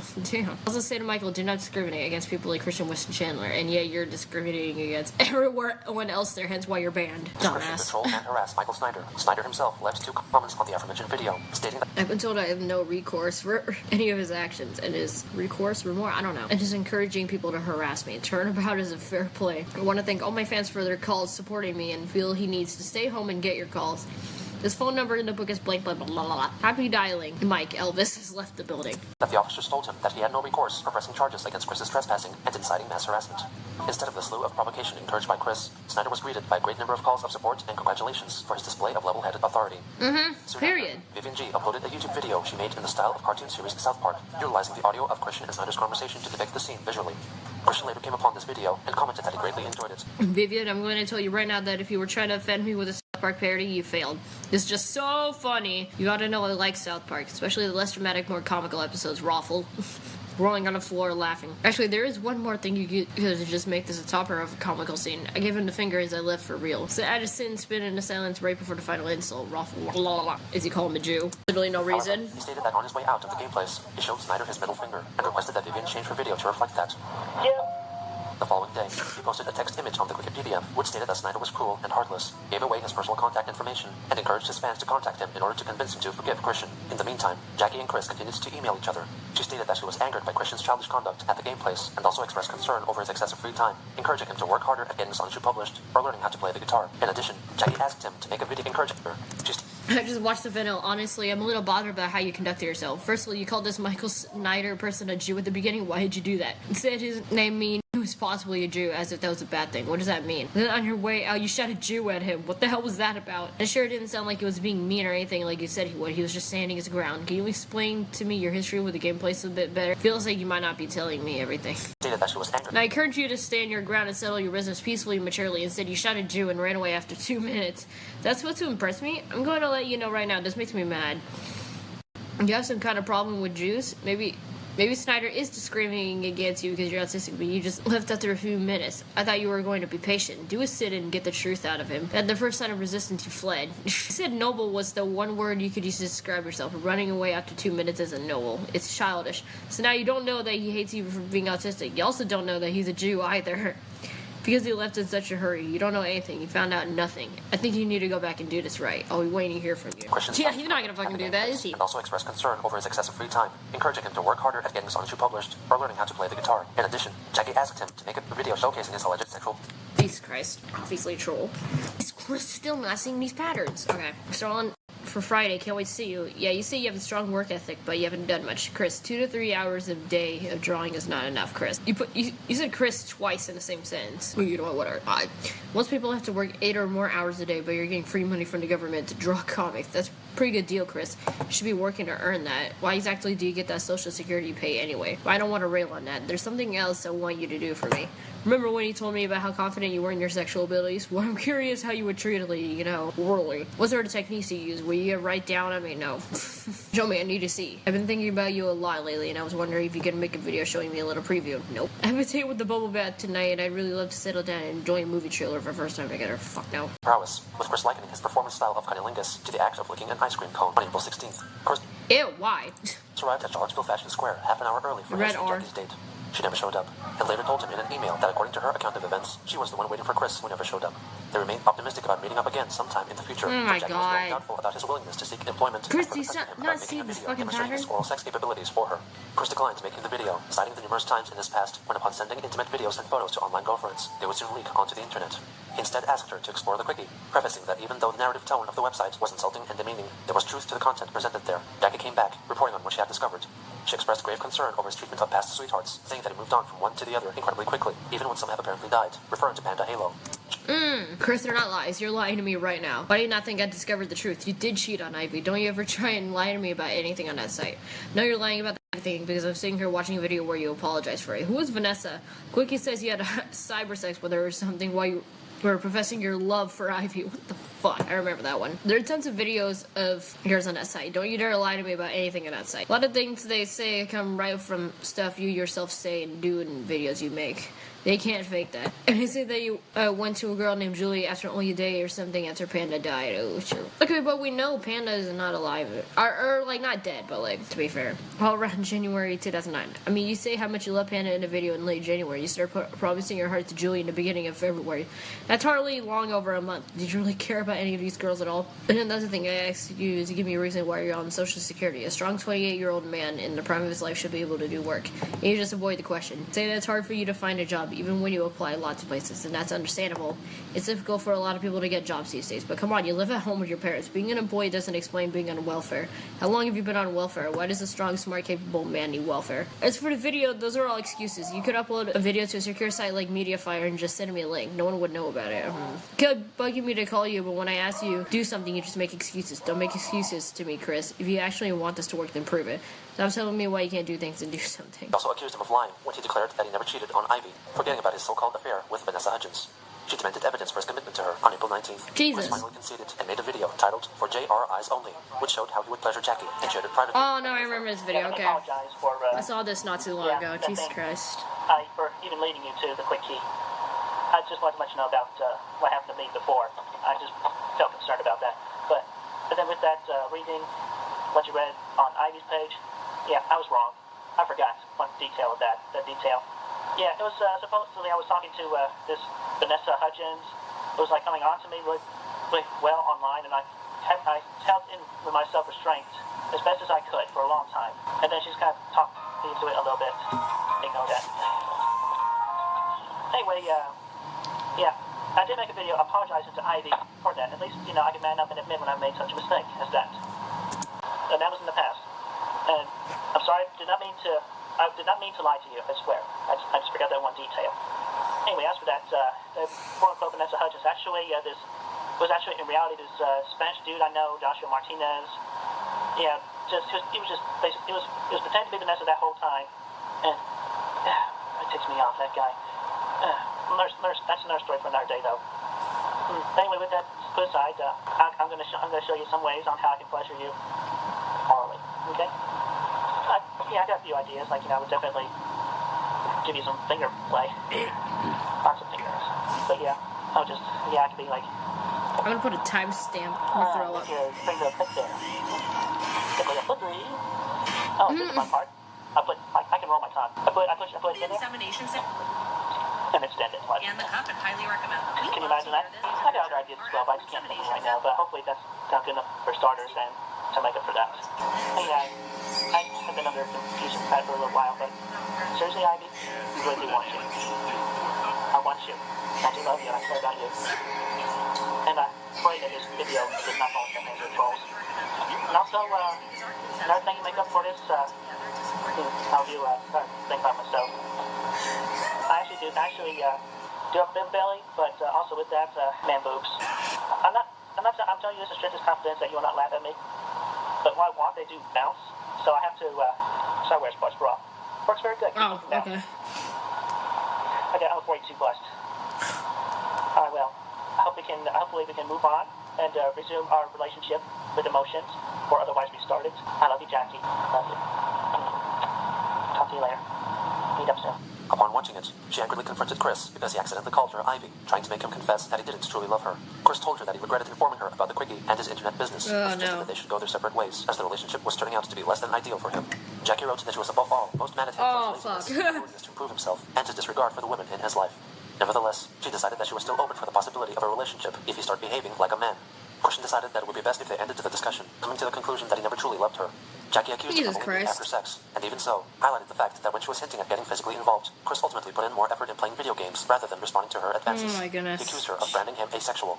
You do not know me, woman. I love women over at video games. I cannot help my social problems from my autism, or that I misinterpret social cues, and sometimes unable to predict or understand the outcoming emotions or reactions to my actions. I can't help my own mental problems that sometimes misguide me. Ugh, send your complaints to your letters to the editor section. This was the end of Chris and Jackie's exchanges for the time being. Jackie soon uploaded their email correspondences and his whole demonstration video onto the quickie. Really? At the same time, a troll who went by the name Sydney Kirch began contacting Chris via email, allegedly mistaking him for another Chris she had met at the game place. After a few email exchanges, they showed pictures of each other and both expressed interest in meeting up sometime in the future.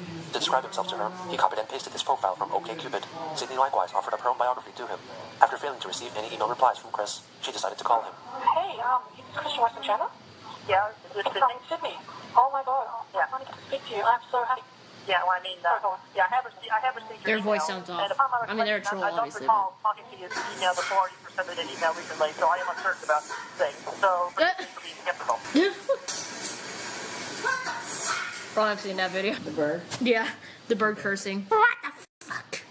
But do you remember what happened? Why he was cursing? I think so, I don't know. Yeah, I'll tell you. Because this sounds familiar. Oh! Oh, yeah. What the fuck? Hey, stop. I don't. I'm still here for someone else. Yeah. Anyway, hey, you sent me a picture. I really liked your picture. You were very, very handsome. Have you ever been told that? Yeah, I haven't told that. Thank you for the compliment. Yeah, I'm not surprised. I'm not surprised. Yeah, hey, let me ask you, how old are you?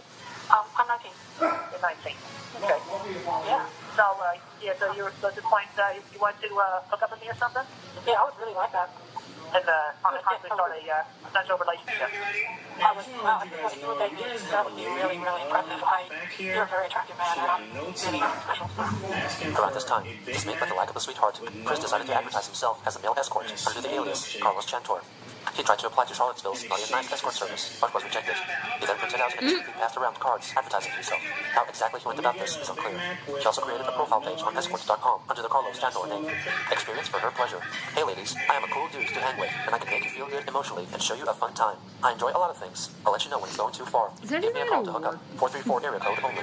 Available as an accommodating male, master/slave, model, masseuse, stripper/dancer, escort. He failed to receive any messages, and his scheme ultimately failed. On April 23rd, Christian uploaded an unusual video in which he confidently displays his sports bra in honor of Autism Awareness Month. What is autism? Autism is a disorder of neural development characterized by impaired social interaction and communication, and by restricted and repetitive behavior. These signs all began before a child is 3 years old. Autism affects information processing in the brain by altering how nerve cells and their synapses connect and organize. How this concern is not well understood. And by way of the information I created out here from autismspeaks.org and the Wikipedia page for autism. Christian reads out in length the Wikipedia entry for autism. Although children with autism usually appear physically normal, well, not many people were educated about autism speaks then, but geez, they suck. their arms or walk on their toes. Some subject breathes in position. As children, individuals with autism might spend hours lining up their cars and trains in a certain way, rather than using them for pretend play. If someone moves one of the toys, the children may be tremendously upset. It sounds more like OCD, but okay. Rather than using them for pretend play. If someone moves one. Individuals with autism might spend hours lining up their cars and trains in a certain way, rather than using them for pretend play. In a way, that sounds like OCD, but I don't know. Individuals with autism might spend hours lining up their cars and trains in a certain way, rather than using them for pretend play. Chronically online if someone OCD, moves one of the toys, the children may be tremendously upset. Many children with autism need and demand absolute consistency in their environment. A slight change of routine, such as meal times, dressing, take a bath, and going to school at a certain time or by a safe route, can be extremely stressful, unless the child has made apparent that the change is okay and acceptable. Repetitive behavior sometimes takes the form of a persistent, intense preoccupation. These strong interests may be unusual because of their content or because of the intensity of the interest. Treatment for autism is very intensive, comprehensive undertaking that involves the child's entire family and a team of professionals. Some programs may take place in a child's home with professionals and trained therapists, and may include parental training for the child under supervision of a professional. Some programs are delivered in a specialized center, classrooms, or preschool. But as for me, though, I highly recommend mainstreaming. Let them go through normal life. I mean, yeah, give them a special treatment whether but when you get them in elementary, when you get them in elementary or middle school or high school, mainstream is the way to go. Make sure you find yourself a good social teacher to teach them how to cope. And as you may have noticed, I am standing here today topless, as you might say. I do this in defense and in protest because every time I see a male individual who runs around, or exercises shirtless, it is very offensive to me, and I do not appreciate that. And I'm sure there's offensive to a lot of other people as well. And if I could, I would say that I would make a law that would require all male individuals to wear a sports bra while they are out exercising or working. If they okay, go ahead and shower. I'll bring you the water. Shirtless men don't usually have man boobs, therefore they don't feel the need to get bras. I leave you all of that, and you have yourselves a pleasant, safe day. In celebration of Autism Awareness Month, an advertisement stating that high-functioning autism and Asperger's syndrome were the same condition appeared on the Wikipedia. Christian promptly replaced it with his own version, clearly stating that Asperger's is completely unrelated to autism. Trolls then conceived the character Lori, who was a supposed volunteer worker, well experienced with autism, who happened to have in a way he was right, he just didn't realize it. She emailed him attempting to clarify that the medical distinction between high-functioning autism and Asperger's would soon be officially removed, and they would both be declared as mild forms of autism. Chris emailed her back in anger. I disagree, and I personally do not care for Asperger's at all. People think Asperger's should steal the reputation that autism has earned over the number of years. I think not. Do not get me started with Asperger's. It is my second least favorite word ever. The first being naive. And I do not give a about what scientists may or may not have found there either. In my view, Asperger's is not autism. He continues to defend his controversial stance. For your information, the fact of Asperger's being different from autism and of it trying to steal the light is of my own idea. I will never conform to such a blasphemous link of any kind between the two, and I'm certainly not going to change the image's text. Those with Asperger's are welcome to find their own cure. Just announce the so-called links between it and autism, or never bring it up around me ever again. Lori requested to speak with his caretaker, but Christian stated that he had never had one, nor did he have a need for one, citing his achievements. Hence why he's acting like that. Lori expressed concern over his hatred of those with Asperger's syndrome, but ultimately could not come to a resolve as he stopped replying to her. On April 24th, Comstep deleted numerous Sonichu pages from Wikipedia, apparently due to copyright infringement. She subsequently updated the blog, taking on the role of Christian. I deeply apologize for the few updates. My PC has been on having some virus issues, and I currently cannot log into my account. However, I have completed issue 11, and I hope y'all are looking forward to the reboot on issue 12 that will come very shortly.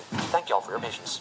After a lack of new pages of issue 11, the sysop of Wikipedia uploaded an entirely troll-created Sonichu issue 11, copying Chris's hand-drawn style and continuing the dark tone established in issue 10. The story mostly concerns the brutal deaths of most of the main characters. 2 days later, Chris discovered the new Sonichu issue on his site and replaced the pages with a message stating that the book was yet to be completed, singling out a lack of inspiration for his failure to update the comic. He further attempted to convince his fans in a blog post that the comic was clearly not his doing, since the drawing style was not his own, and that none of the Sonichu children were dead. On April 28th, Christian made a post on GameFAQs.com concerning the soon-to-be-released PlayStation 3 game, Mod Nation Racers, a kart racing game focusing on user customization. He misunderstood the marketing of the game on various websites, thinking that the random mystery packs were predetermined if purchased from certain sources. He signed his post with a link to the Wikipedia. On May 1st, 2010, Sydney calls Chris again, but little did she know, Chris was learning how to spot troll attempts. Hey, Chris, it's, oh, shit. Hey, how you going? Yeah, I'm doing. He's actually learning. I know about you and your little game. I've read the troll forum. You're actually in Australia. You cannot fool me anymore. Goodbye. Yeah, I am Australian. With the loss of a future with Jackie, Chris was once again free to search for a partner. Since the Hook Cafe was likely off limits for him, he drastically modified his OkCupid profile, emphasizing the importance he placed on having sex as soon as possible. In his list of 6 things he could never do without, he listed 8 things, 3 of which were sex. Sex, lol. He listed 8 things. After I found one, my girlfriend / sweetheart, sex, my video games, PS3, PSP, DS, and Wii, and all my older consoles, sex, my creative genius, sex, lol. My good health, my glasses, I'm nearsighted. 3 of which were sex. You should message me if you can meet me in person within 2 days of first communication, and that you are able to call me and accept calls from me, as well as if you are A, Bro's got a higher libido than freaking J-Lo, bro. No personal offense. C, not a smoker. D, honest, compassionate, and pretty. E, no taller than 5 foot. And G's had a lot of husbands. F, single. G, reside in or around Charlottesville or Ruckersville, Virginia. And H, you like to get to know me better in person, share a pleasant conversation, etc. And if you are cool with getting to the bedroom as quickly as right after the first date. That's crazy. Panda Halo sent a surprise email to Chris, letting him know that she still cared for and worried about him. She directed him to a page on the Quickie, which allegedly showed how Clive Cash and his buddies installed a mod chip on Christian's PlayStation 3's Wi-Fi antenna, which had been transmitting personal data to the trolls for years. Avoiding the info presented to him, Chris took it upon himself to deal with the issue. The so-called mod chip was in fact merely the Wi-Fi antenna, and by removing it, Chris believed that it prevented the trolls from hacking into his PS3 account and collecting personal data. He proudly showcased the alleged bug he removed in a video uploaded on May 5th. Hey, yo, Dro, you got nothing going on for you, because you know what? I removed it. Your Wi-Fi antenna. It gone. I don't think that's... my PS3 anymore. You a bunch of dumbasses. I'm pretty sure that's not it. I'm scared. But you know what? I'm no different from y'all, because I like to hip hop rock. I'm out. Peace. Looking at After realizing that the antenna was not a bug at all, he informed the rest of the trolls bombastic side-eye. by pretending to be a troll himself who was staying across the street from Christian's house, creating a new account on the Quickie under the username Jenkins Jinkies. On May 8th, Christian attended an extreme action sports event at John Paul Jones Arena after winning 4 free tickets in a phone-in contest on the radio. That's fun. Unfortunately, he wasn't able to find any willing person to go with him, so he ended up selling the 3 extra tickets and went to the event by himself. He was seated next to an affectionate couple, which only increased his sense of loneliness and sent him into a depressed state. After returning home, he made a video explaining his belief that the people of Greene County have been conspiring against him since the early 1990s. I send this message to all the people that were of the Greene County School Board and such during the 1990s because What the heck, mate? threatening to put me in a mental institution. That was pretty much why we had to run away to move to Chesterfield County. And I had a better life over there. I had so many friends over there in high school. And I was just sad to leave when after I graduated. Because I had to leave all my friends. I had the good life. But we were forced to move back here. You people of Greene County, you could not have left me and my family alone. You had to go and pay off the realtors just so this house here could not have been sold. And because if it had been sold, we would have been able to stay in Chesterfield County. And I would have had a happier life over there than right now, than how I feel like right now, because we were forced to move back here because of you goddamn people who were afraid of autistic individuals. You individuals know who you are. I wish my family and I did not have to move back here. I wish we could have stayed in Chesterfield County because I had a better life there, and we were doing well. But you had to drag us down. You had to make us unable to sell our house here. You had to force my family to move back here. Well, I was okay, and I have a couple of friends, and I'm better off with stuff. That stuff is no good if I don't have many friends to share it with. It all just went downhill. I bet even Greene County had something to do with influencing that goddamn Michael Snyder to seek any recourse. Sure. Or anything like that. Definitely know your behavior so there. They can pretend to have a He has no reason to kick fucking me out, self-awareness. quote unquote, scaring his customers away. You goddamn greedy Snyder. Ruffles? But if they just put County, I would have been a whole lot better off. Yay. Wish you had let us sell our house here. We could have stayed there. Yeah, sure. I wish we did not have to move back to. I wish we did not have to move back here nearly 10 years ago. Laugh all you want, troll, because I don't It's actually give a damn. really sad, I'm not gonna lie. You're all just immature, naive, condescending, soulless monsters. You don't care about others. You only care about yourselves. You only care about getting your own laughs and kicks because you don't have your own social life. You threatened me from trying to seek one of my own by scaring me on the internet and whatnot. Yummy. And collect my cash, you go to hell. Yummy. That's why there's a lot of like Crumbs. And all the people that were on the Greene County School Board during the 1990s, and they forced us to have to move back here. Sit spit. Hell. Wait. And Michael Snyder, I hope you go to hell too. As for everybody else, peace. Michael Snyder himself left a YouTube comment for the video.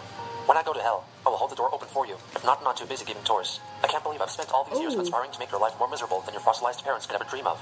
Oh wait, I wasn't doing that. I've been too busy living my own life. I remember you as a child creeping out all the other Pokemon kids, including my own. Because 10 years ago, you were an angry, unsportsmanlike punk. Signed, that goddamn Michael Snyder. With his Hey, I'm glad Michael Snyder freaking stood his ground once again, because Jesus Christ. Okay, now that I think about it, when it, like, just looking at the language used in the comment, I just feel like it's a troll. I don't know. outbursts concerning his mistreatment in Greene County, the falsified Sonichu issue, and his stubborn stance against Asperger's syndrome. It appeared that Chris was desperately trying to cling to his version of reality in order to escape the depressing truth that he was still a virgin with a desperate desire for a mate. And since he no longer fled into his comics for comfort, he had to learn how to fend for himself in a world not his own. Yep, that's sad truth of being autistic. Chris still thinks that Delulu's a Salulu, which evidently no. Naive is the only N-word Chris has a problem with saying. Literally. I hope God forgives you for your cruelty, Michael Snyder. He probably will, legend. I almost miss hearing boyfriend free girl every 30 seconds. Those were the days, I know. Smokers, overweights, blacks, and liars need not apply. I'm sure many black chicks were crushed when they realized they were denied access to the carnal bliss this man offered. Chris, nothing bad about Jews. I'm just saying 5 minutes later, Jew! I'm like, okay, Cartman, chill out. He looks and acts like Cartman. I could have sworn I said that before, I'm not sure. I fear 2 things. The fact that I know more about Chris Chan than about my country's historical figures, and to end up / become like him. I was hoping, no. Well, it's been almost 2 years. No. You could feel the hate. Chris, overweight need not apply. Also, Chris, I'm a 42 bust. Like, Ella the Snyder guy. No. He knows this is 100% the only way to handle Chris. The gay trucker, one of Chris' best outfits. YouTube is just my Chris Chan, a comprehensive history app. When Chris says poussey, and when Chris starts showing his skills, It's so depressing hearing Chris Pine. That's not what the comment's about. It's so depressing hearing Chris pine for his high school days where he had friends. If you remember from back in part 1, Chris Chan's friends were a bunch of girls that hung around him out of a mix of pity, politeness, amusement, and Bob paying them. Yeah, I was literally thinking about that every time we talked about high school. Jesus. I'm sure doesn't nobody ever genuinely likes spending time with him. It's so pitiful that it hurts my soul. Fuck. If I go to hell, I'll hold the door open for you if I'm not giving tours. Michael Snyder sounds like a badass. The fact that he put on that Mountain Dew me shirt specifically for that World video is absolutely crushing me. I didn't even notice that's what the shirt said. It was listed 6 things you can never do without. He listed 8 things, 3 of which were sex. God damn. The Skinner Marine, what the fuck? Michael Snyder is one of the most sensible people in this tale who try to keep Chris out of his life. The other one is probably Chris's brother who just avoided the whole family, because honestly, I would have done the same thing Cole did. Chris, I hope this video does not fall in the hands of trolls. The narrator. The video did in fact end up in the hands of trolls. Probably calls himself a high-functioning autistic. Says his autism keeps him from being responsible in any way. You start to feel bad for him, and then he shows you he's a terrible person. And this is what I said earlier. Chris, I don't like black people. Also, Chris, I love the Cleveland show. It's the weird hypocritical things you notice about Chris. So anyways, that's all for today, my Jumpsters. If you like this video, you better shout it that like button. Don't forget to subscribe if you like me in general. That's all, folks. I'm out.